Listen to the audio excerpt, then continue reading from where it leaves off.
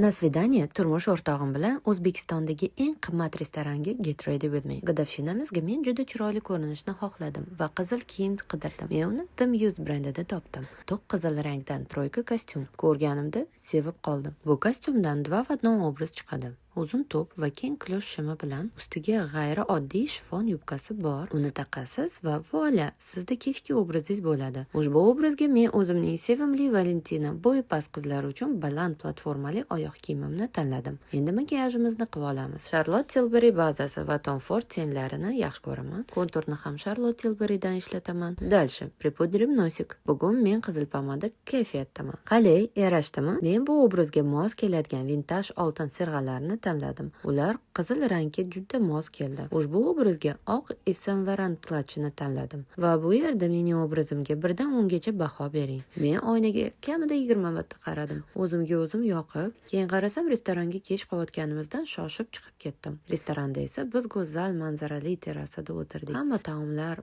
mazali edi. Keyin biz Godofshinamizni salyutlar bilan nishonladik. Tasavvur qilinglar, ochiq terrasa, siz turmush o'rtog'ingiz bilan va siz uchun salyutlar otishadi. Biz xuddi chet elda bo'lganda edik. Restoran xodimlari bizni San Sebastian deserti bilan tabriklashdi. Happy anniversary dear hubby. Bu o'yinga yarim dunyo pulini to'lab chiqdik. Albatta bu hazil, lekin Novikov restoraniga 10 baho berib, uyga mamnun bo'lib qaytdik. Sizni esa izohlarda kutaman. Shunday videolarni ko'proq olib turaymi?